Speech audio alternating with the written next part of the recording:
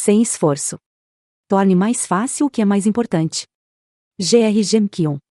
Introdução. Nem tudo tem que ser tão difícil. Patrick M. Diniz, um palestrante requisitado e autor de livros sobre trabalho e empreendedorismo, tem uma história de vida muito interessante. Patrick fez tudo o que deveria fazer para ser considerado uma pessoa de sucesso. Formou-se na Universidade de Georgetown e fez um MBA na Harvard Business School. Entrou para uma empresa importante de finanças e seguros. Cumpria as longas jornadas de trabalho que achava que esperavam dele, cerca de 80 horas por semana, mesmo nas férias e nos feriados. Nunca saía do escritório antes do chefe, às vezes, parecia que nem sequer saía do escritório. Viajava tanto a serviço que conquistou a melhor categoria do programa de fidelidade da companhia aérea Delta, um nível tão alto que nem nome tinha. Ao mesmo tempo, integrava o conselho diretor de 4 empresas em 3 continentes. Certa vez, quando se recusou a ficar em casa porque estava doente, teve que sair 3 vezes da sala de reuniões para vomitar no banheiro. Quando voltou, um colega lhe disse que ele estava verde. Nem assim Patrick parou. Tinham-lhe ensinado que o trabalho duro é o caminho para tudo o que se quer na vida. Fazia parte da mentalidade da Nova Inglaterra, região dos Estados Unidos onde nasceu sua ética profissional era a prova de seu caráter. E, sempre buscando resultados melhores, ele levou isso além. Não achava simplesmente que trabalhar por horas intermináveis o levaria ao sucesso, achava que isso era o sucesso. Se alguém não ficava até tarde no escritório era porque não devia ter um cargo muito importante. Ele presumia que, no final das contas, as longas jornadas iriam recompensá-lo. Até que, certo dia, descobriu que trabalhava para uma empresa falida. A empresa era a AIG. O ano, 2008. As ações da companhia tinham caído 97%.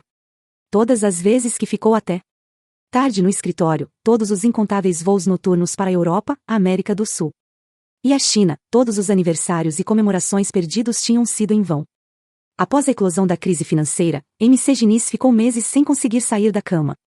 Começou a ter suores noturnos. Sua visão ficou borrada, em sentido literal e figurado. Passou meses sem enxergar com clareza. Sentia-se caindo no abismo, completamente perdido.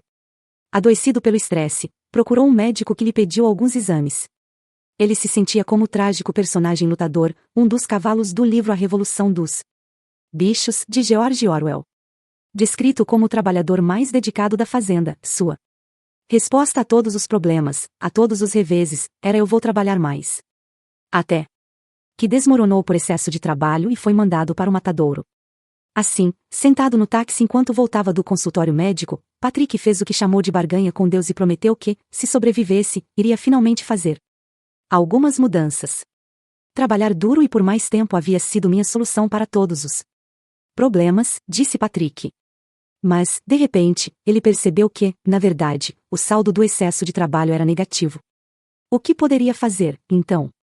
Havia 3 opções: poderia continuar do mesmo jeito e provavelmente, morrer de tanto trabalhar, poderia diminuir suas expectativas e desistir de suas metas, ou poderia encontrar um jeito mais fácil de atingir o sucesso que queria.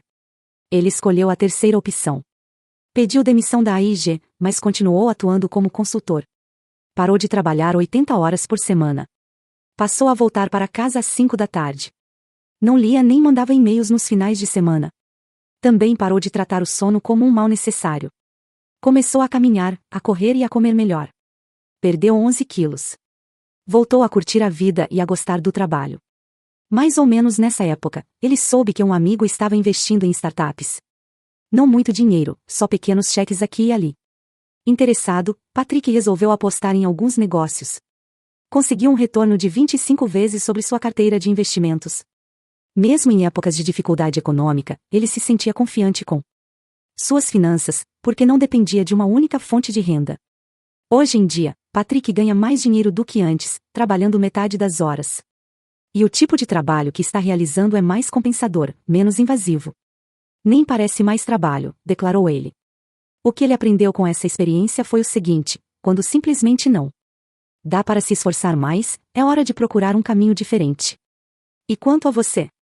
Já sentiu que está correndo mais depressa mas não se aproxima de seus objetivos?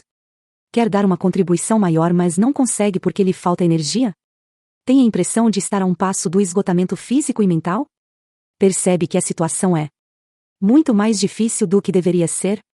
Se respondeu sim a qualquer uma dessas perguntas, este livro é para você. Assim como Patrick no início da história, existem muitas pessoas por aí trabalhando duro e dando o melhor de si. Elas são disciplinadas e focadas. São engajadas e motivadas. Ainda assim, estão completamente exaustas. Onde estão errando? O caminho sem esforço. A vida é feita de ciclos. Há ritmo em tudo o que fazemos. Tem a hora de dar tudo de si. A hora de descansar e se recuperar. Hoje, porém, nos forçamos cada vez mais o tempo todo. Não há cadência, só um esforço estafante e contínuo. Vivemos numa época de grandes oportunidades. No entanto, parece que a vida moderna faz a gente se sentir o tempo todo como quem caminha em altitude elevada. Cérebro fica confuso. O chão parece instável. O ar é rarefeito, e pode ser surpreendentemente cansativo avançar um centímetro que seja. Talvez sejam o medo e a incerteza incessantes quanto ao futuro. Talvez sejam a solidão e o isolamento. Talvez sejam as preocupações ou as dificuldades financeiras. Talvez sejam todas as responsabilidades, todas as pressões que nos sufocam diariamente. Seja qual for a causa, a consequência é que muitas vezes empregamos o dobro do esforço para alcançar só metade do resultado esperado. A vida tende a ser complicada, árdua, triste, fatigante e frustrante em muitos momentos. Precisamos lidar com decepções, relacionamentos desgastados, contas atrasadas, criação de filhos, doenças, perda de entes queridos. Há períodos em que todos os dias são difíceis. Não seria realista afirmar que este livro tem o poder de eliminar essas tribulações. Não escrevi sem esforço para subestimar o peso de suas aflições, e sim para ajudar você a deixá-las mais leves. Ele pode não tornar todo o fardo difícil mais fácil de carregar, mas acredito que possa descomplicar muitas coisas. É normal se sentir sobrecarregado e exausto com os desafios grandes e penosos. E é igualmente normal se sentir sobrecarregado e exausto com as frustrações e os incômodos cotidianos. Acontece com todos nós. Estranhamente, alguns reagem à exaustão e à sobrecarga prometendo trabalhar ainda mais. Em nada ajuda o fato de nossa cultura glorificar o esgotamento físico e mental ou síndrome de burnout como medida de sucesso e valor pessoal. A mensagem implícita é que, se não nos sentirmos perpetuamente exaustos, é porque não estamos fazendo o suficiente. Segundo essa mentalidade, grandes feitos estariam reservados aos que sangram, aos que chegam perto de um colapso. Um volume esmagador de trabalho deveria ser a meta. O burnout não é uma medalha de honra. É verdade que trabalhar mais arduamente pode levar a um resultado melhor. Mas só até certo ponto. Afinal de contas, há um limite máximo de tempo e de esforço que podemos investir. E, quanto mais cansados ficamos, mais o retorno sobre esse esforço diminui. Esse ciclo pode continuar até ficarmos esgotados, e sem produzir o resultado que de fato queremos. Provavelmente você sabe disso. Pode estar nessa situação agora mesmo. E se adotássemos a abordagem oposta? Se, em vez de nos forçarmos, em alguns casos bem além dos nossos limites, buscássemos um caminho mais fácil? O dilema após a publicação do meu primeiro livro, Essencialismo, a disciplinada busca por menos, entrei no circuito de palestras.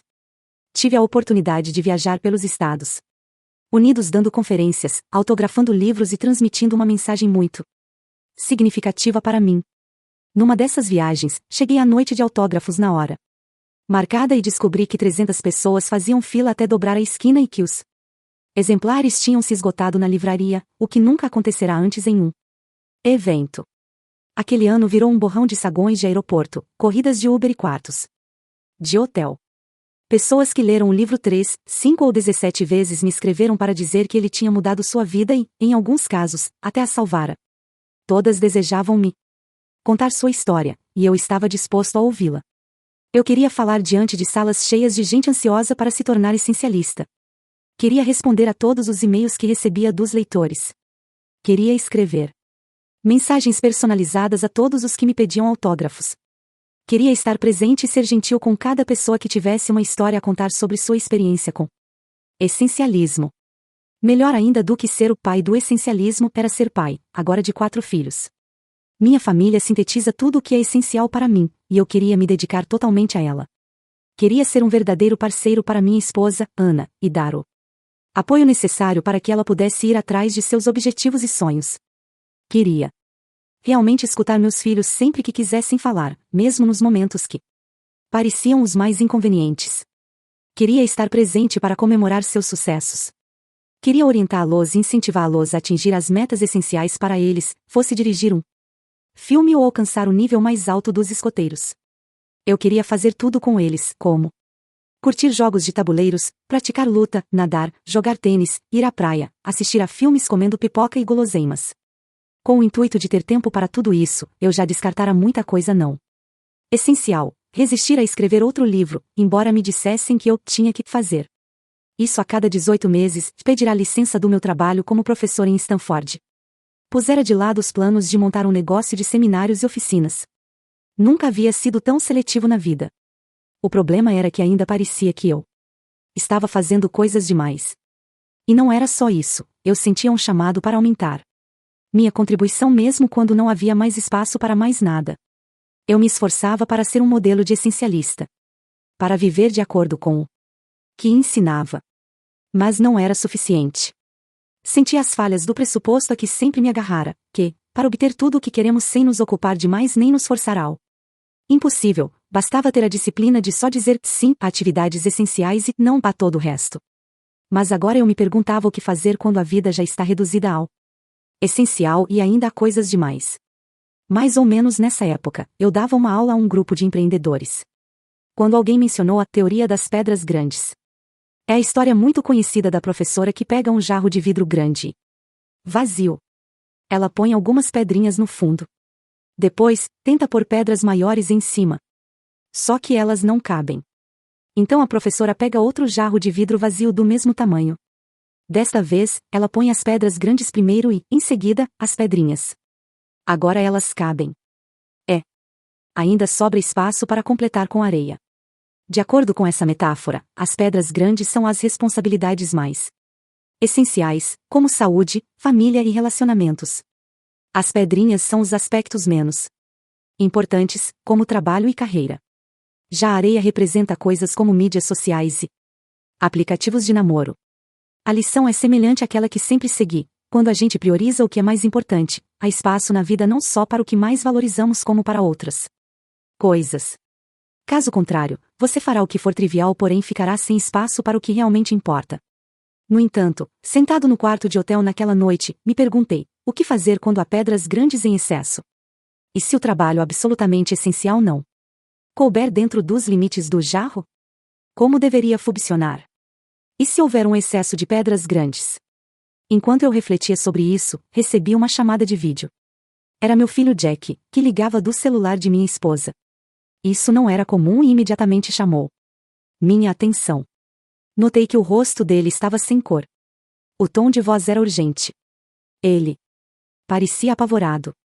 Dava para ouvir minha mulher ao fundo pedindo para Jack virar o celular, para que eu visse o que estava acontecendo. Ele tentou explicar, tem alguma coisa muito errada. Eve estava comendo e a ia. Cabeça dela começou a se mexer. Mamãe, mandou eu ligar para você. Minha filha estava sofrendo uma crise convulsiva fortíssima. Com a adrenalina nas alturas, fiz as malas correndo e peguei o primeiro voo de volta para casa. Mas o que viria nos dias e semanas à frente me deixou emocionalmente esgotado. Houve visitas ao hospital. Consultas com médicos especialistas. Telefonemas intermináveis de amigos e parentes que queriam saber como estávamos e em que poderiam ajudar. Enquanto isso, todas as minhas outras responsabilidades não tinham desaparecido milagrosamente só porque eu estava no meio de uma crise. Ainda havia palestras a remarcar, voos a cancelar, e-mails essenciais a responder. Eu me sentia perdido, sobrecarregado, sufocado.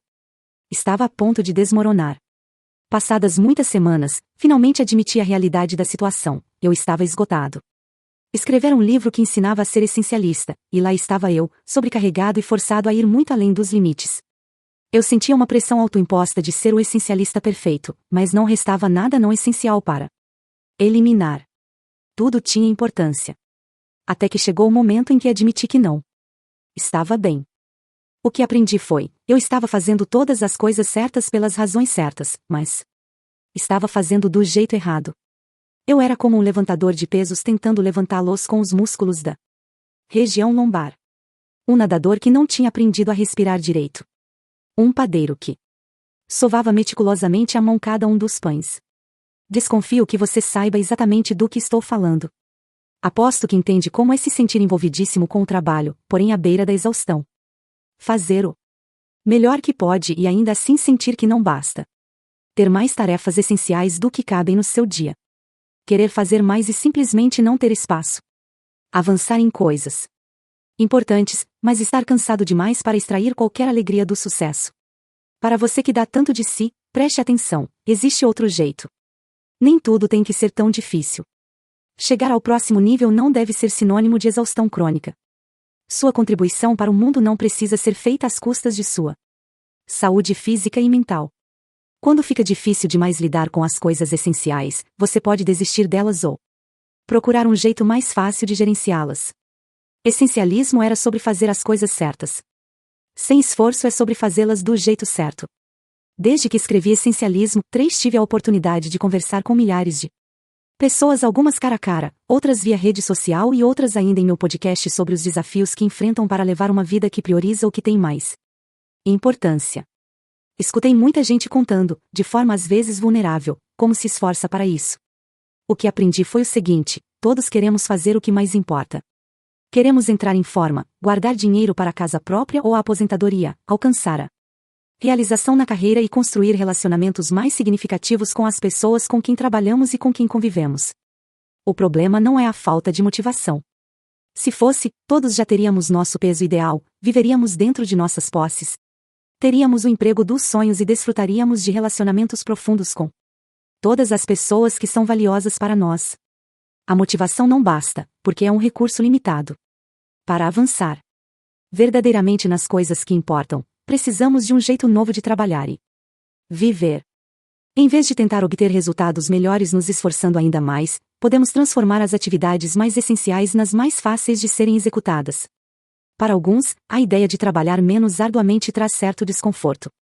Nós nos julgamos preguiçosos. Tememos ficar para trás. Ficamos nos sentindo culpados por não fazermos um esforço extra todas as vezes. Essa mentalidade, consciente ou não, pode ter origem na ideia puritana de que o ato de fazer coisas difíceis tem um valor inerente. O puritanismo, uma concepção da fé protestante que prosperou sobretudo nos Estados Unidos, além de abraçar a dificuldade, também nos fez desconfiar da facilidade. Mas atingir nossas metas com eficiência não é falta de ambição, já é uma questão de inteligência. Trata-se de uma alternativa libertadora tanto para o esforço quanto para a preguiça, pois nos permite conservar a sanidade e, ao mesmo tempo, realizar tudo o que desejamos. O que poderia acontecer na sua vida se as coisas fáceis e sem sentido ficassem mais difíceis e as essenciais, mais fáceis? Se os projetos essenciais que você vem adiando se tornassem prazerosos, ao passo que as distrações sem sentido perdessem totalmente o apelo? Essa mudança viraria o jogo a seu favor. Mudaria tudo. E de fato muda tudo. Essa é a proposta de valor de sem esforço. Trata-se de um jeito novo de trabalhar e viver. Um jeito de realizar mais com tranquilidade e realizar mais porque você está tranquilo. Um jeito de aliviar os fardos inevitáveis da vida e obter os resultados certos. Sem se esgotar. O que poderia acontecer na sua vida se as coisas fáceis e sem sentido ficassem mais difíceis e as essenciais, mais fáceis? Guia do livro. Este livro está organizado em 3 partes. A primeira parte reapresenta você ao seu estado sem esforço. A segunda parte mostra como realizar a ação sem esforço. A terceira parte trata de como obter resultados sem esforço. Cada uma evoluía a partir da anterior. Pense num jogador de basquete de alto nível se preparando para cobrar um lance livre. Primeiro, ele entra no estado mental certo. Posiciona-se na linha do lance livre e quiçá a bola algumas vezes, um ritual para ajudá-lo a ficar completamente concentrado.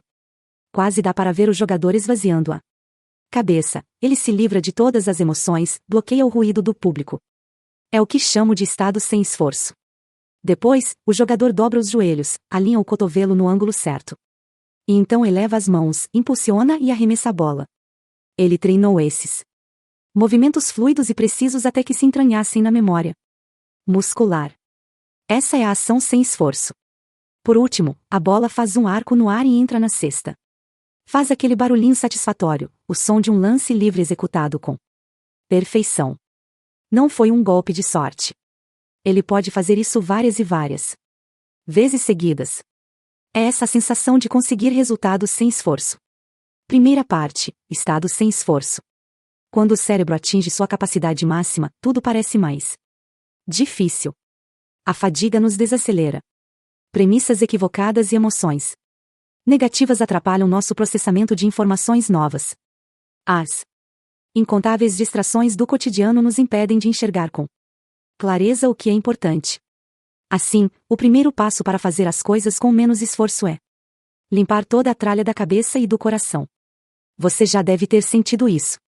É quando está descansado, em paz e concentrado. Está totalmente presente no momento. Tem uma consciência aguçada do que importa aqui e agora. Você se sente capaz de executar a ação certa. Essa parte do livro apresenta formas práticas de retornar ao estado sem esforço. O exaustivo sem esforço. Pensa tudo o que vale a pena fazer exige um esforço imenso. As coisas mais essenciais podem ser as mais fáceis. Esforça-se demais, complica demais. Projeta demais, pensa demais e faz demais. Encontra o caminho mais fácil obtém esgotamento e nenhum dos resultados desejados. Os resultados certos. Sem esgotamento. Segunda parte, ação sem esforço. Quando estamos no estado sem esforço, fica mais fácil passar a ação sem esforço. Mas ainda podemos encontrar complexidades que atrapalhem o início ou o avanço de um projeto essencial. O perfeccionismo dificulta começar projetos essenciais, duvidar de si mesmo dificulta terminá-los e tentar fazer coisas demais depressa. Demais dificulta manter o ímpeto. Essa parte do livro fala de como simplificar o processo para tornar o trabalho em si mais fácil. Terceira parte, resultados sem esforço.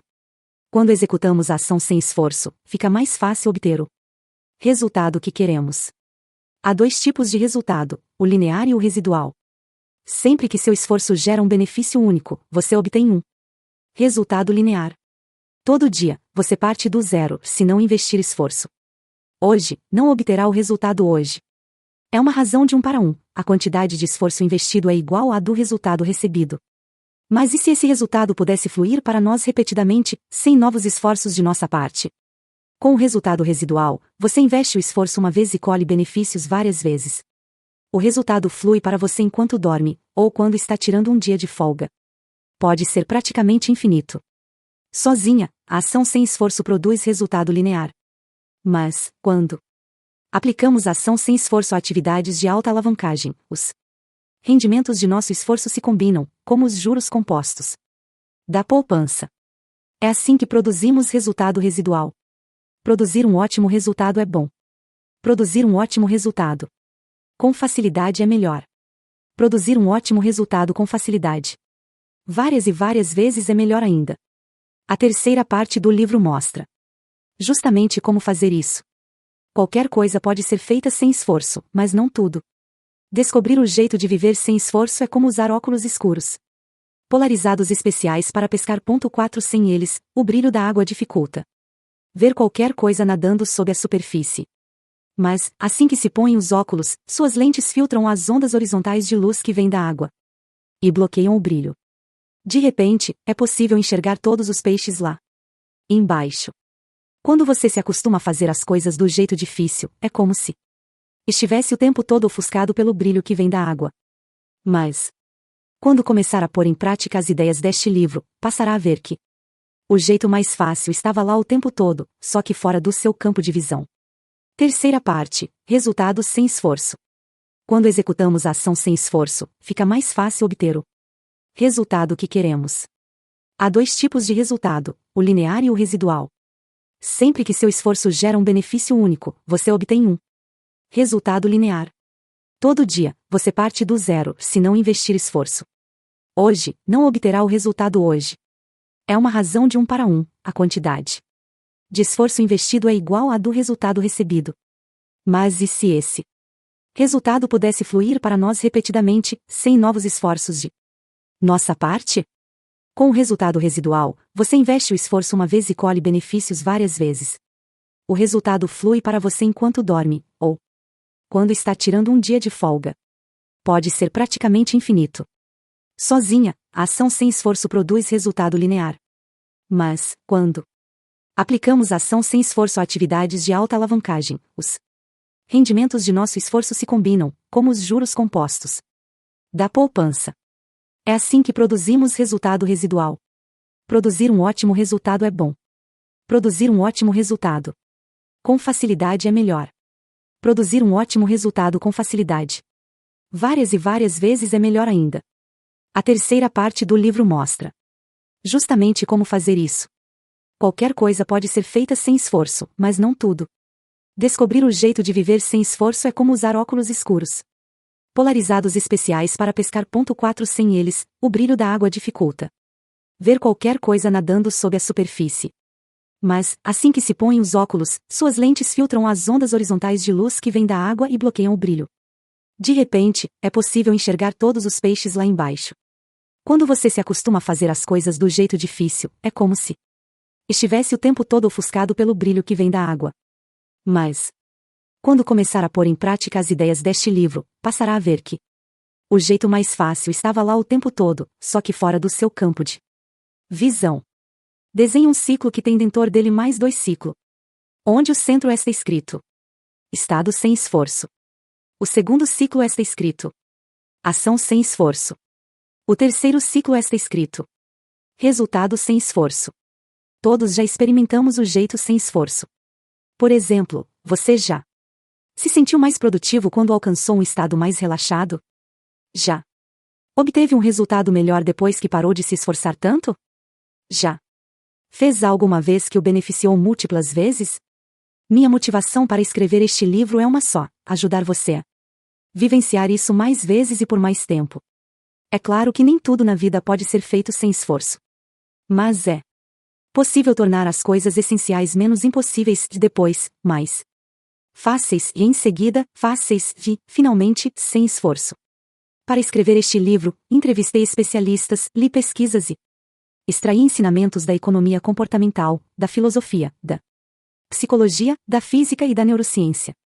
Fiz uma busca disciplinada para descobrir respostas à pergunta fundamental: como tornar mais fácil? Que é mais importante? Agora, mal posso esperar para dividir com você o que aprendi, pois, como disse George Eliot, para que vivemos, se não para tornar a vida menos difícil uns para os outros?